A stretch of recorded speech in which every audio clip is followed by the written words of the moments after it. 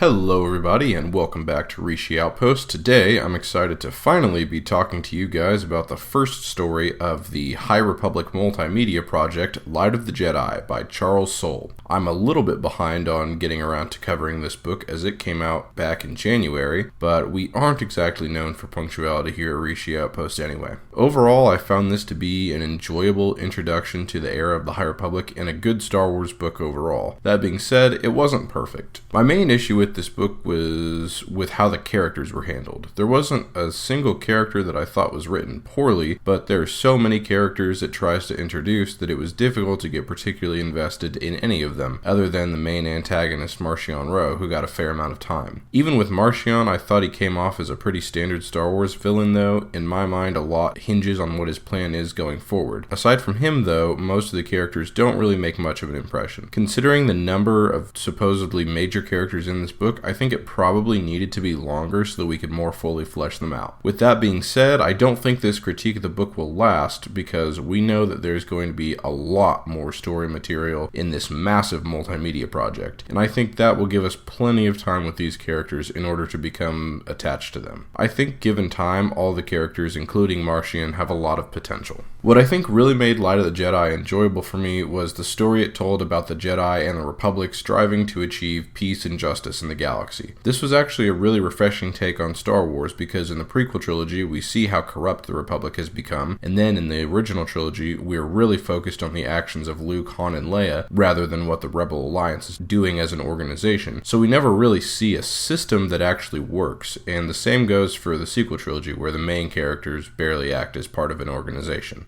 But in Light of the Jedi, the Republic has a good Chancellor in Lina So, and the Jedi Order is more focused on following the will of the Force rather than tying itself to a failing government. I love how all of Part 1 is about the Jedi acting as true heroes who are risking their lives to protect the citizens of the galaxy, even in the face of the Great Disaster, which is a devastating crisis on so many worlds. I thought the portions of the book where the Republic was trying to decide how to handle the emergencies that occurred after the Great Disaster were fascinating and in some ways eerily similar to debates that world governments have had to have over the past year and a half due to the pandemic. What was really nice to see in the book was how even leaders who in this book were portrayed as honorable and competent really struggled with what to do, and there were no easy answers. But at the same time, we could see that the solutions they came up with did seem to help mitigate the destruction of the emergencies, and they were ultimately able to end them, as well as dishing out a bit of justice against the Nihil for wreaking havoc upon the galaxy. Although that particular victory will be short-lived, since we know that the defeat of that portion of the Nihil fleet was all a part of Marchion Ro's plan to carry the Nihil into the future. I especially liked how the Jedi Order decided independently from the Republic whether or not they would participate in the conflict with the Nihil. That's a custom I think that the Jedi would probably have been a lot better off holding on to rather than discarding as they seem to have done by the time of the prequel trilogy. Something that I was pretty concerned about based on what we had heard from Lucasfilm going into the High Republic was how the lore of the galaxy was handled. It had sounded to me like there was going to be a much bigger technology gap between the High Republic and the movies than what there actually seemed to be in this book, which I was very glad about since we know that the Jedi and the Republic have existed for over 1,000 generations, and it's fair to assume galactic history goes back even further than that. So I was happy to see most things in the galaxy looking more or less like we know them from the movies in terms of the technology being used. I really enjoyed how the ability of a single person to calculate otherwise impossible hyperspace lanes is used to spice things up in the story without creating continuity issues with where technology should be. I also really enjoyed Starlight Beacon as a concept, although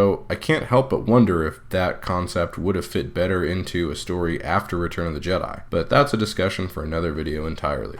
Overall, I liked the action in this book. It was really exciting to see the Jedi doing their thing throughout the novel, whether it was stopping the fragments from hitting the sun of the Hetzel system, which would have caused its destruction and the deaths of everyone there, or when they took on the Nihil fighters and ships in the rest of the book. I often hear people on the internet say that the Jedi aren't like superheroes, but I would have to disagree. I think they are, and I think their heroism is on full display throughout this book. It really does live up to its title, as we really do get to see the Light of the Jedi on full display. Well, that's all I have for you guys this time. Be sure to let us know in the comments what you thought of the Light of the Jedi, and don't forget to like this video, subscribe to the channel, and follow us on Twitter for more Star Wars content. Until next time, thank you for watching, and may the Force be with you.